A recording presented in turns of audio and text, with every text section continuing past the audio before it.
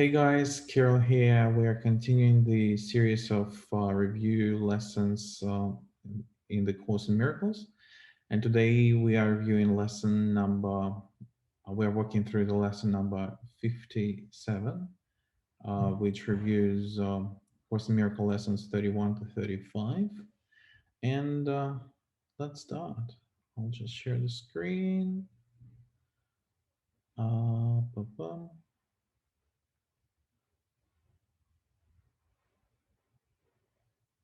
Okay. Oh, there we are. Yeah, lesson 57. And yeah, let's read the lesson then. I'm not the victim of the world I see.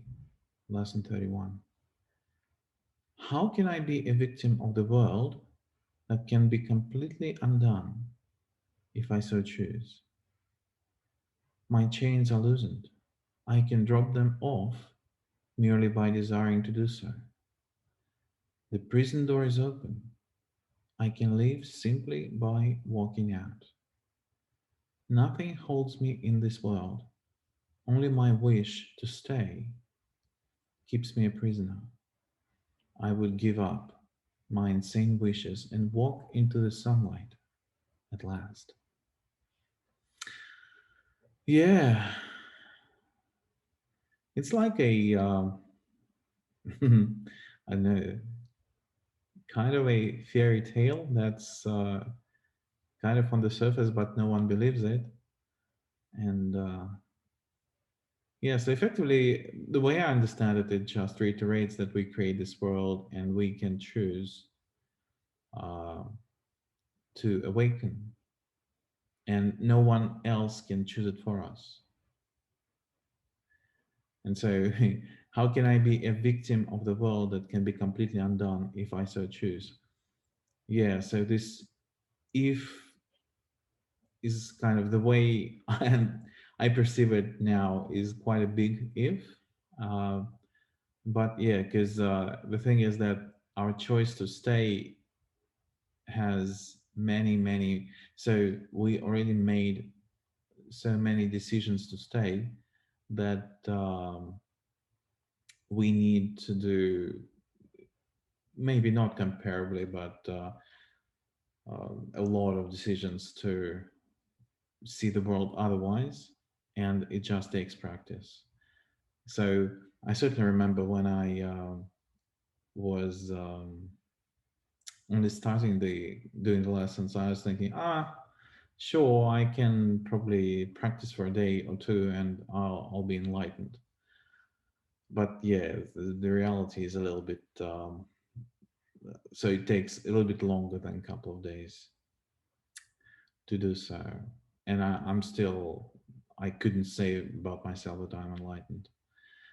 Um, Although I feel that it's changing and the transformation is becoming faster and faster and faster over time. I certainly am not afraid of many things that I was afraid about the course long time ago. My chains are loosened. I can drop them off merely by desiring to do so. Again, when we say, when the course says, if I so choose, and by desiring to do so, it means a consistent choice. Like in, I think, chapter 30, Rules for Decision, says that the decisions are continuous, but we don't perceive them to be continuous. So in this context, so effectively we choose every second what meaning we project onto everything around us, and that even around us exists. And so if I so choose, and by desiring to do so means that our entire perception of the world, what it means, the external world,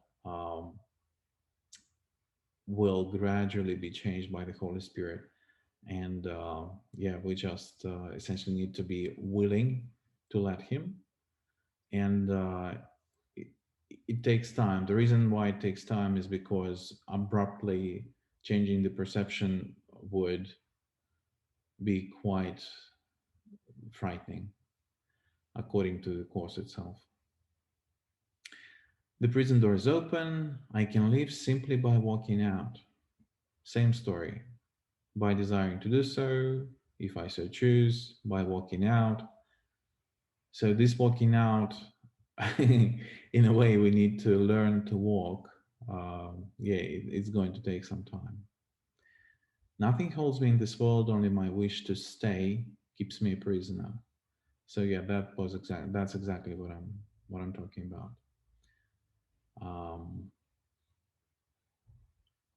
the wish to stay in this world effectively is the ego and the kind of school of thought that perpetuates itself.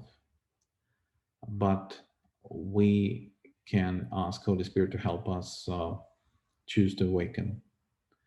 Um, yeah, I would give up my insane wishes and walk into the sunlight at last. Yeah, so this lesson really says that awakening is simple. It's a matter of choice, it's a matter of desiring, it's a matter of walking out, it's a matter of my wish to stay or my wish to leave. And I would give up my insane wishes and walk into the sunlight at last. I find this. The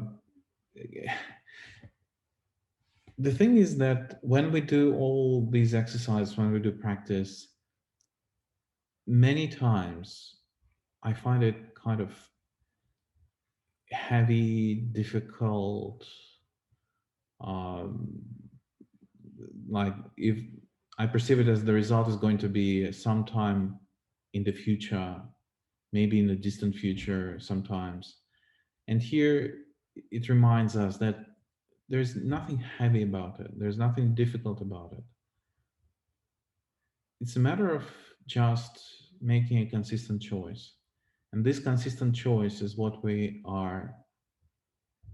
So that's the essence of the training, which Course in Miracles is. Okay, let's move on. I have invented the world I see. Lesson 32. I made up the prison in which I see myself. All I need to do is recognize this, and I'm free.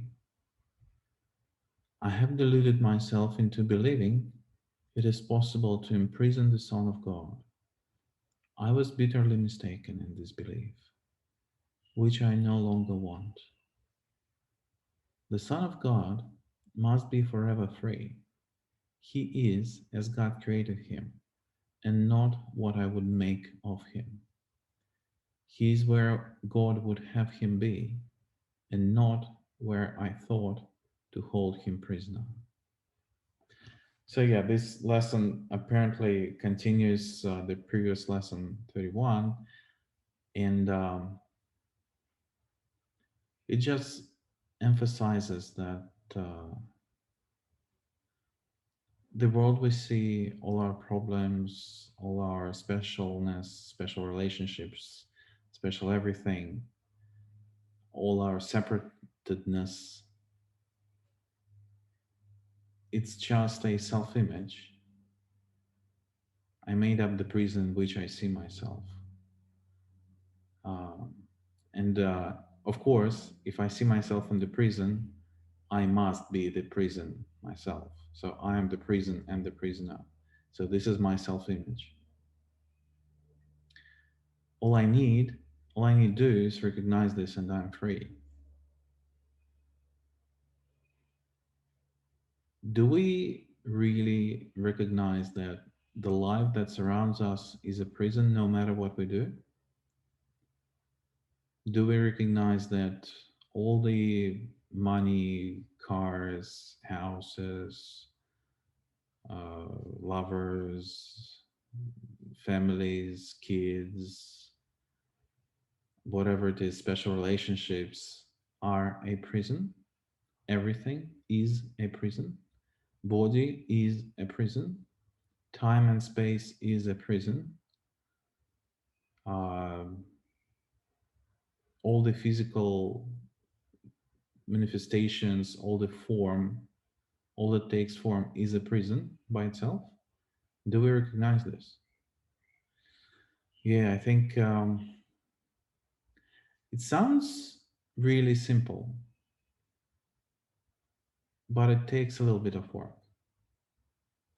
So recognizing that everything that we perceive that has form is a prison, um, it requires quite a bit of work to actually realize it.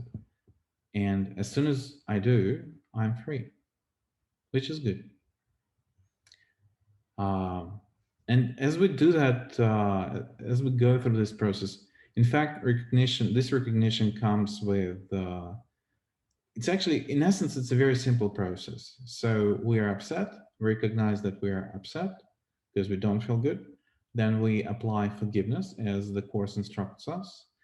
And then we release the kind of negative attitude, or discharge our point of view, and allow Holy Spirit to actually show us what it really is, what we're looking at. Or like in other words, we stop projecting our own meaning and allow Holy Spirit to reinterpret the meaning for us and show us what the situation really means, or the person, or whatever. And by doing that, Holy Spirit automatically gives us the motivation to move on. Because when we release our kind of usual meaning of things, Holy Spirit actually replaces this meaning with something that is really super lovely. And so this is what keeps us going. And what I was trying to say is that just jumping to recognizing that the world does not exist, it's not what the Course teaches. So denying the world is not. So Jesus says that this would be a particularly, um, the way he puts it, like particularly unhelpful type of denial. And so we shouldn't really deny the world. We should give up our meaning of every single thing in the world. And doing so takes a little bit of time, but it is a lot faster than actually learning this world. Unlearning is a lot faster because we generalize kind of a lot faster. So we don't need to learn all the nuances of all the situations in this world. We could release them a lot faster. We could release them in batches, so to speak. The lessons are generalized very quickly. Okay, let's move on. I have deluded myself into believing it is possible to imprison the Son of God. I was bitterly mistaken in this belief, which I no longer want.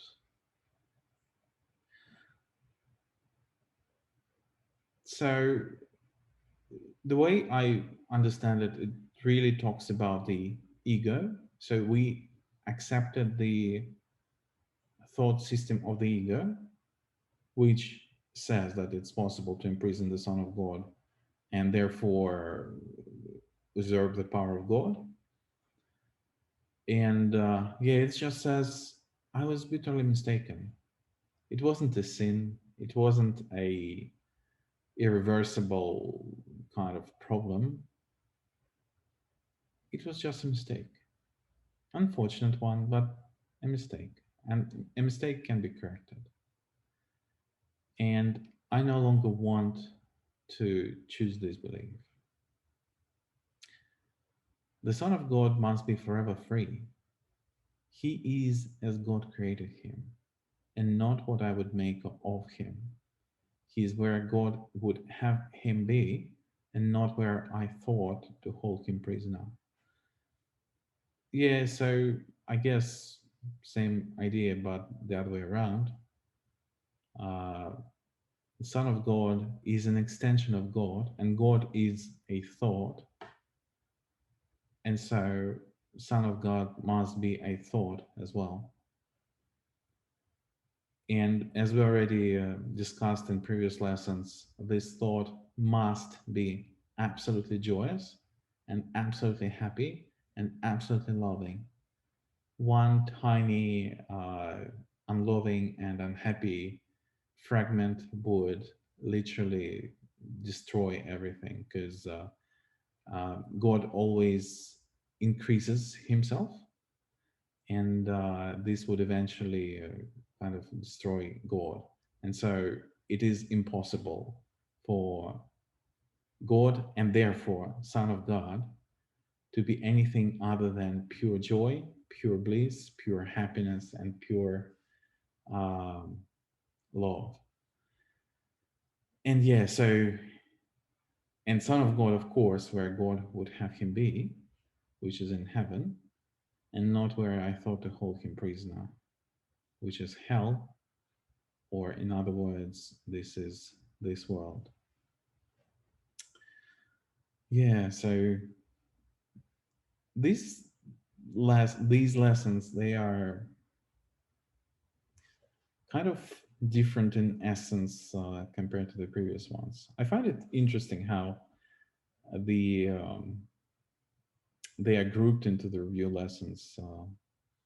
Kind of, yeah, because when you do it, you think, oh, they just progress one by one, and we just do them. But then we take them in fives, and they still kind of group together very well with each other and make sense together. All right, let's move on.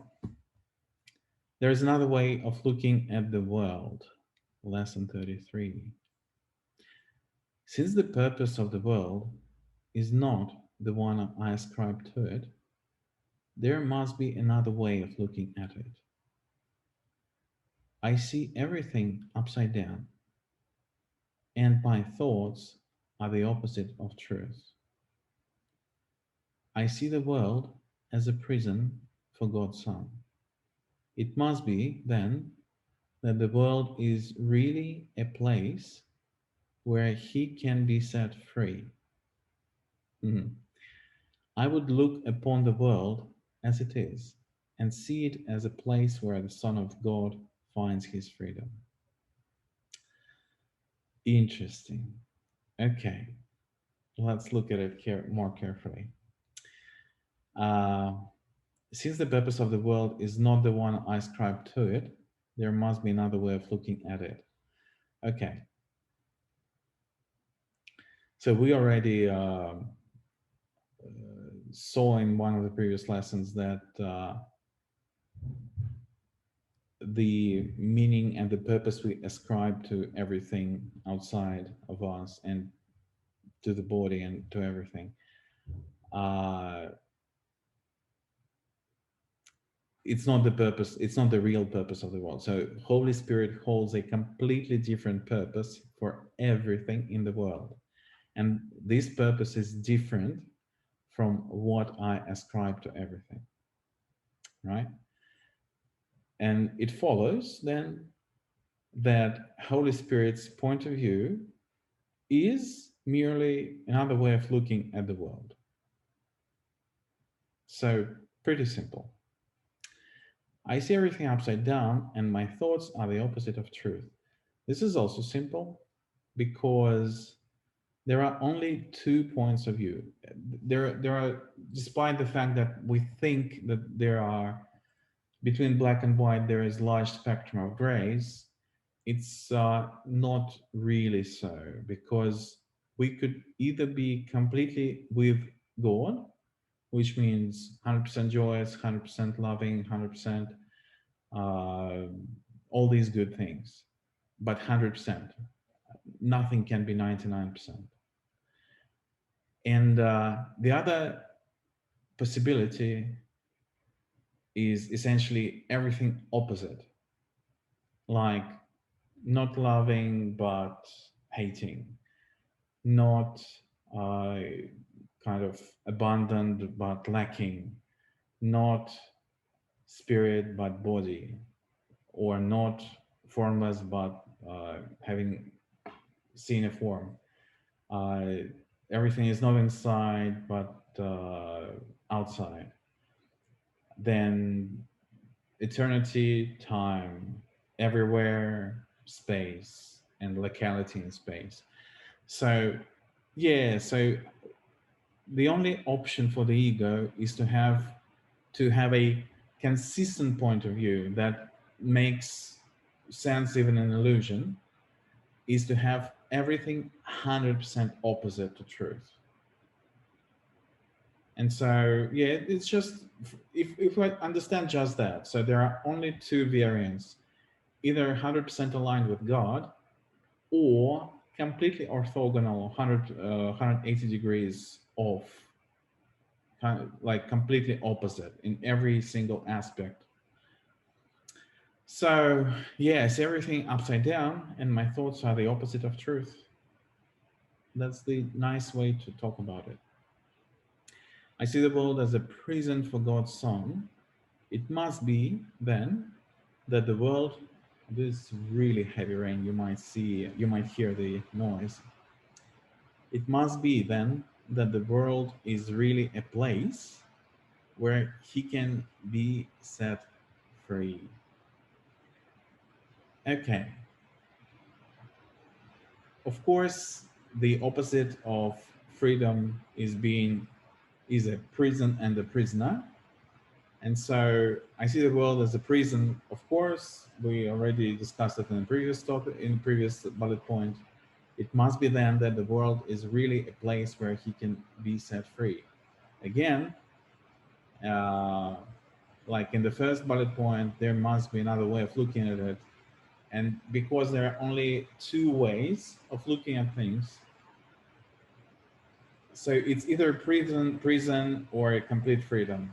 And so the world is really a place where the Son of God can be set free. Sounds reasonable to me. Now let's continue. I would look upon the world as it is and see it as a place where the Son of God finds his freedom. So this is just, if we release all that of if we accept everything that Holy Spirit's point of view, we will naturally see the world as a place where the Son of God finds his freedom, because his freedom will be literally inside of him. The world would not matter. And this is just the place where Son of God just recognizes that he already has this freedom. So it's not actually finding, it's just recognition. It's impossible to find freedom in this world. It's just completely, it's impossible, because there is no freedom in the form. It is a prison by design. But here we are really talking about Son of God finds his freedom. It's really just a quiet recognition with a smile that the freedom was always there, and it always is here, and it is always now. And it's just our insane desire to look away from freedom is what gave rise to the world, external world, of course. But this was our choice, not to look at the freedom, not to look at love, not to look at God. And yeah, we just pretended, like not looking, not looking, not looking, like something like that. But then all of a sudden we realized that, well, yeah, it was a good toy. The external world was a good toy, but we are just ready to lay it down and give it to the Holy Spirit, and He knows what to do with it. And we'll just recognize that our freedom already is, essentially. All right, let's move on. I could see peace instead of this. Yeah, this is a big lesson, I think. But yeah, let's read. When I see the world as a place of freedom, I realize that it reflects the laws of God instead of the rules I made up for it to obey. I will understand that peace, not war, abides in it, and I will perceive that peace also abides in the hearts of all who share this peace with me. Yeah, just a couple of sentences, but really so much. It speaks about so many things. When I see the world as a place of freedom, the way I understand it is just because we recognize our internal freedom, we just project this internal understanding onto the world, and the world just reflects it back. And we automatically start, our perception gradually shifts to see freedom everywhere in the world. But not because the world has changed, it's because we recognize this freedom inside of us. We just rejoined with it. It was always there. It's just, yeah, as I said, we really pretend not to look. And yeah, when we stop playing this silly game, the world will change because we did. I realized that it reflects the laws of God instead of the rules I made up for it to obey. Yeah. Um, as soon as we sufficiently forgive all the imprisonment and all the prisoners, yeah, so we'll just release this desire to project this meaning, and the Holy Spirit will just reconnect us back with the real us. We'll reconnect with who we really are, and we'll automatically, because what we think of ourselves will change, we'll automatically project ourselves onto everything externally, and it will reflect us as freedom. Okay. I will understand that peace, not war, abides in it, and I will perceive that peace also abides in the hearts of all who share this place with me. Yeah, it's very, very deep bullet point. So here it says, it sets expectations that,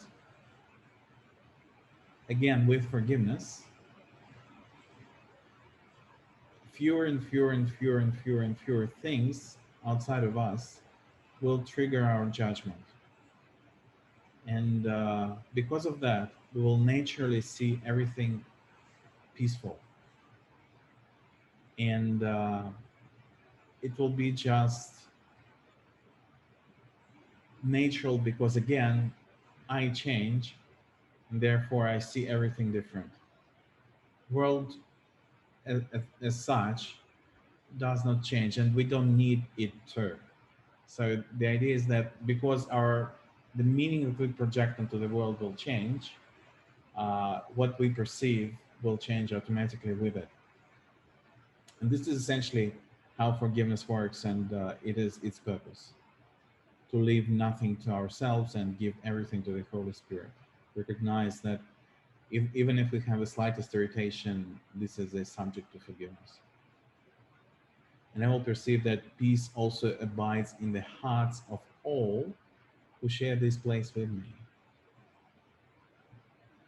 Yeah, again, because I forgive others. So, yeah, the way Gary Renard explains it in his excellent books about the Course in Miracles, The Disappearance of the Universe, and it's a trilogy actually. Um, so he says that, in fact, we have one mind, and our subconscious mind really knows that. It's just we, because of the first split, the way Course teaches it into the conscious and subconscious, where the 90 something percent of the mind is subconscious. Um, this subconscious mind really knows that we're all one. And because of that, the way we treat others, the way we see others, it automatically translates onto us. So the way we treat others, this is the secret of the golden rule. Treat others the way you want they treat you, the way you want them to treat you. So the reason for that is because when we forgive others, we are effectively forgiving ourselves, because this is just one. There's only one of us anyway. And so, because we practice others as our brothers and the kind of light and holy brothers of us, because of this practice, we automatically start seeing ourselves. So I start seeing myself this way as well over time. And peace that comes with it. So this special, so I'd say that the relationships are being transformed in such a way that I no longer kind of think of others as, I don't know, not in my circle. Everyone is in my circle, and because of the practice of seeing, because of the practice of forgiveness and seeing others as light and blessing others and doing all these things, we will recognize in the hearts of others that they already have peace, because we give them peace. It stays with them and it stays with us, and we recognize the peace at the same time in them and in ourselves. And yeah, and I will perceive that peace also abides in the hearts of all who share this place with me. And yeah, it just works this way. That's my experience. All right, let's move on. My mind is part of God's. I'm very holy. Oh, I remember I was struggling with this lesson. Very wording, I'm very holy. I fiercely denied it. But okay, let's see what it has to say. Lesson 35. As I share the peace of the world with my brothers, I begin to understand that this peace comes from deep within myself. The world I look upon has taken on the light of my forgiveness and shines forgiveness back at me. In this light, I begin to see what my illusions about myself kept hidden. I begin to understand the holiness of all living things, including myself, and their oneness with me. Yeah, this is a huge lesson. All right, let's talk about it a little bit. As I share the peace of the world with my brothers, I begin to understand that this peace comes from deep within me. Yeah, we just discussed it literally a minute ago. The world I look upon has taken on the light of my forgiveness and shines forgiveness back at me. So, again, the same principle. Because I share my forgiveness with others, and yeah, we all remember that I'm never forgiven alone.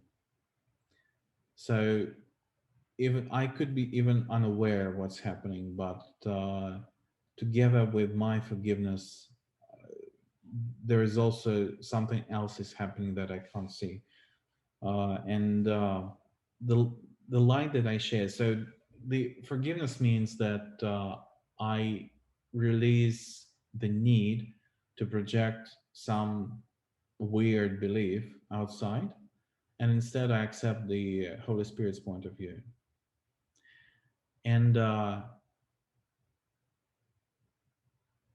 this creates this removes over time. It removes kind of heaviness and kind of, I don't know how to explain it. It's kind of mental darkness, so to speak. And everything becomes a little bit more lighthearted, a little bit more, um, I don't know, joyous, friendly. I certainly laugh a lot more these days than I used to be, than I used to laugh. And yeah, so this light that I share by doing forgiveness. So naturally, Holy Spirit's point of view will be the one of light, and by stopping my projecting my point of view and accepting Holy Spirit's point of view, I am sharing the light effectively, and the world I look upon has taken on the light of my forgiveness and shines forgiveness back at me, because my thoughts create my experience and create this world for me. In this light, I begin to see what my illusions about myself kept hidden. Oh, this is such a great realization. So, for, for a long time, I I was kind of I had this fear that I wouldn't be able to find all the dark secrets that I believe about myself, and I felt that there is something deep inside me that is wrong about me. I'm not enough. I'm not good enough. Blah blah blah blah blah. But I was afraid that I would never be able to figure it out, because course says, well, you're never upset for the reason you think, and what is the reason, what is the real reason, you don't know. And I, for a long time, I had a fear that it will be unknown to me and I won't be able to forgive myself. But then, yeah, what I'm laughing now. What happens is that when you start practicing, Holy Spirit creates, so it kind of organizes the situation in my life that trigger certain negative emotions. And now I know 100% that the real purpose of all negative emotions is to identify the guilt that I have in me. Doesn't matter how they look, doesn't matter who is a formal kind of creator of the problem, me, neighbor, someone, coworker, government, whatever, weather, whatever it is. So my recognition that something is wrong, I know it now, is actually a clear sign to me that yeah, there is just guilt in me. I just need to find it. So every time I dig into my negative emotions these days with the Holy Spirit, I end up with me blaming myself or punishing myself for something. And yeah, it's just guilt. And I know that everything that is hidden, or I thought about myself, all my illusions about myself that were hidden, they're gradually being revealed to me by the Holy Spirit. And I need to do nothing.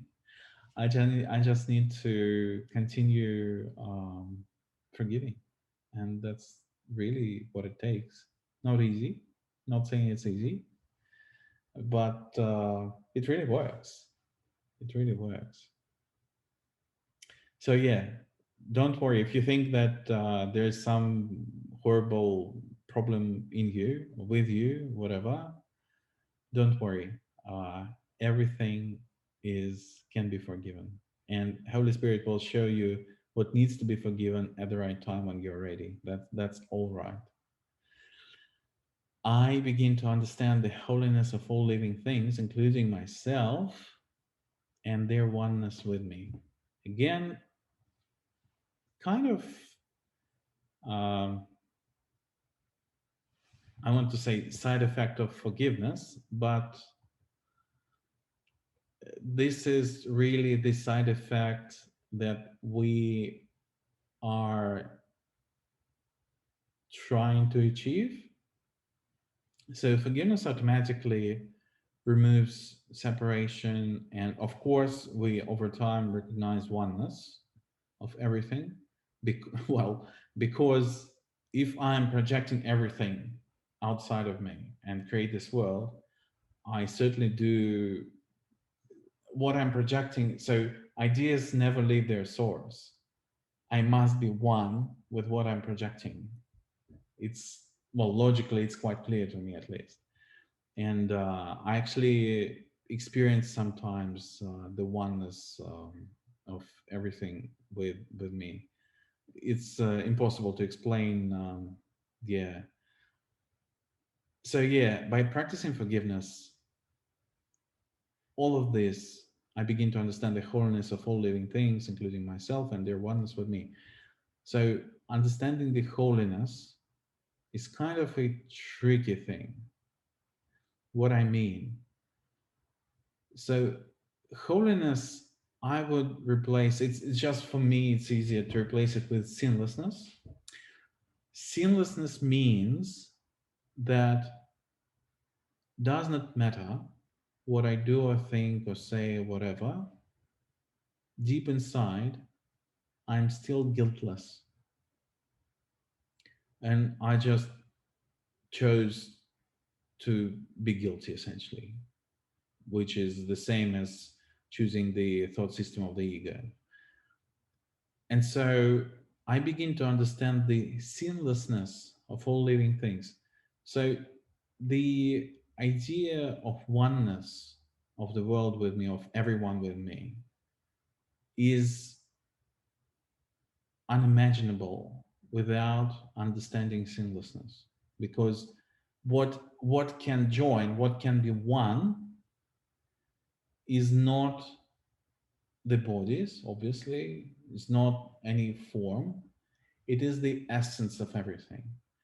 And essence of everything, which is God, is sinless essentially, because if it was sinful, it wouldn't be possible to become one with that. So it's a little bit, it's not a, yeah, it appears that I probably explain something purely on a logical level, but yeah, so it's a little bit tricky to understand maybe. But if you really try to dig deep into this sentence and, well, practice to ask Holy Spirit to show you what it means, for me, it's pretty clear what it means. And so once again, I begin to understand the wholeness of all living things, including myself, and including myself because I understand everything as sinless. I will automatically translate this understanding onto myself. So what is sinful cannot join, cannot become one. So only sinless nature or sinless essence can join, and it can form the oneness. It is the oneness, in fact. And of course, so form can't join. Like you can even look at the atoms and electrons; they separate. Uh, all right. So let's consider the lesson read. Let's move on. All right. As usual, those who are watching the recording, you can stop now, pause now, and read all of that. Essentially, as usual, ask Holy Spirit for help when you experience resistance. Um, Resistance, especially in the beginning, and sometimes acute resistance when you completely forget, don't want to do the lessons, avoid the lessons, do them kind of improperly or something like that, is completely normal. I certainly struggled with it, with the resistance for years. And yeah, just ask for help. Help is always there. I just didn't realize how close it is. Really, I expected to solve everything myself, and I like kind of needlessly. There's no need to do that. All right, so let's do the meditation. I will pause for 10 minutes and I'll do the meditation and see you very, very soon.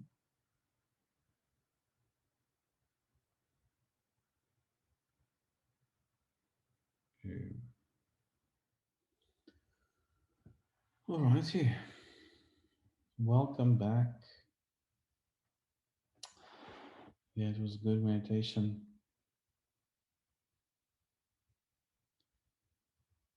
Yeah, I just probably will share a little bit.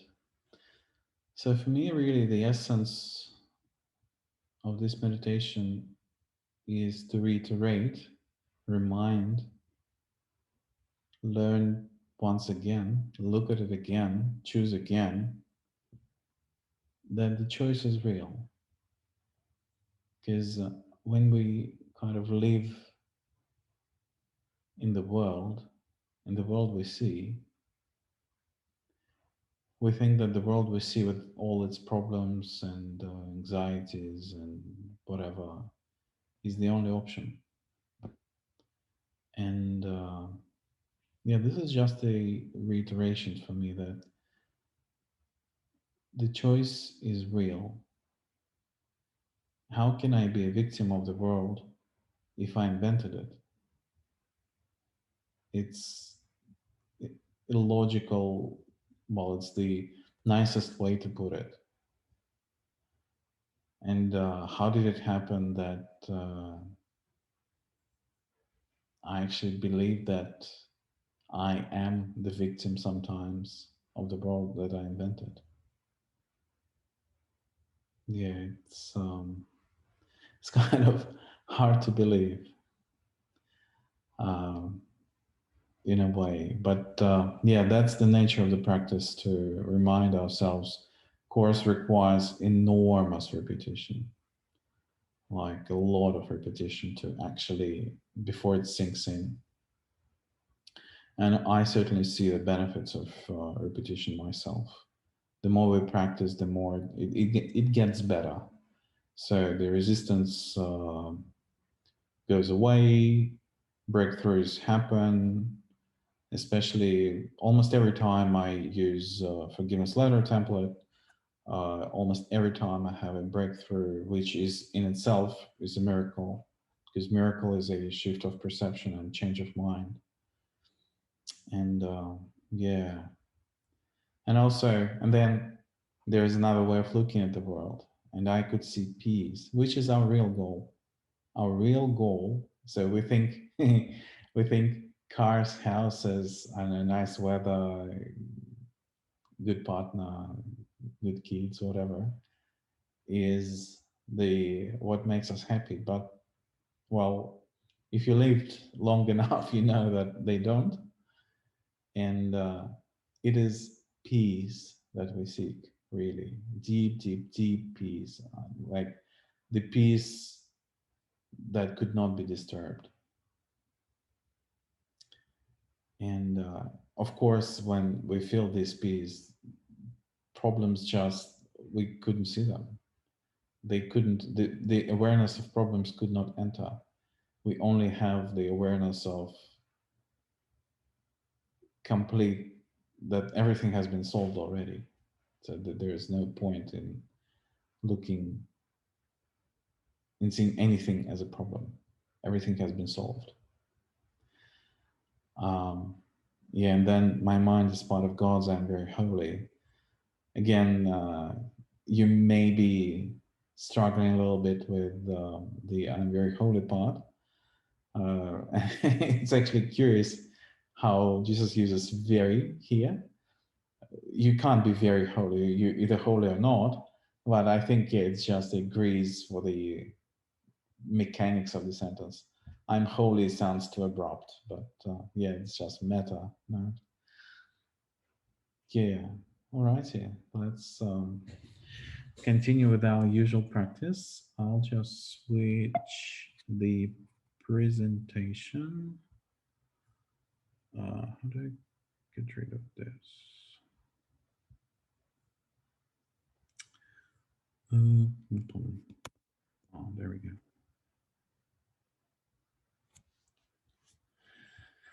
Alrighty, so let me pause first. So for those who haven't seen that, this is just a slideshow. The slides are the same slides that we went through in the beginning. And we have page number here. There are 30 overall. They switch every 20 seconds. The idea is that you pick one bullet point at a time on each screen, and you just really concentrate on it for 20 seconds. So why 20 seconds? So I was inspired to practice it this way for this particular series of review lessons that I'm recording now. 20 seconds seems to be a time interval where you can actually hold the focus, and the interruption or distraction has a lot less chance of entering if you focus on really thinking about the phrase. And 20 seconds is enough to actually focus. So yeah, so the way it works for me, I I don't know how I choose them, but every time my kind of eyes land on one of the bullet points when the slide changes, and sometimes it's the same one, sometimes it's different. You can go, for example, all first, then all seconds, and so it's up to you. So yeah, doesn't matter how you do it. And yeah, so essentially 20 seconds a slide, you pick the single bullet point, and you really focus on the meaning of this bullet point for 20 seconds, and then the slide changes. Let's do it. And I will mute myself.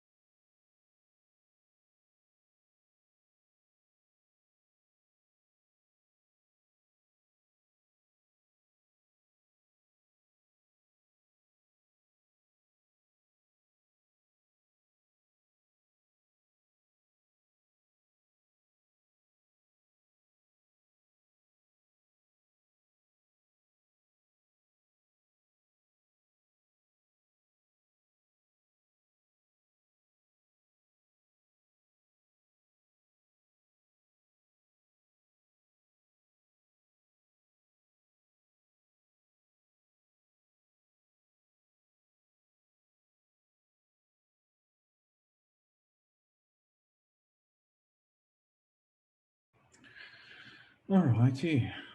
So yeah, let's go back. Yeah. So I'll probably quickly comment on what this lesson brought to my mind. It contains so many kind of instructions that you will see this, you will see that, you will walk out of prison, you are free to walk out, and you will see light and peace in other people and yourself, and you will see holiness in other people and yourself.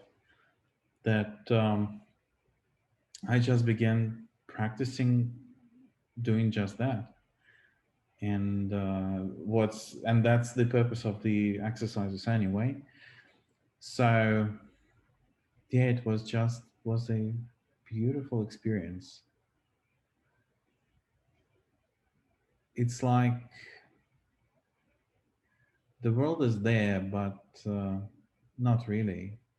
You realize that its essence is more real than the form, and everything reflects back the light. And everywhere you look, you see people who bless you, and you bless them. And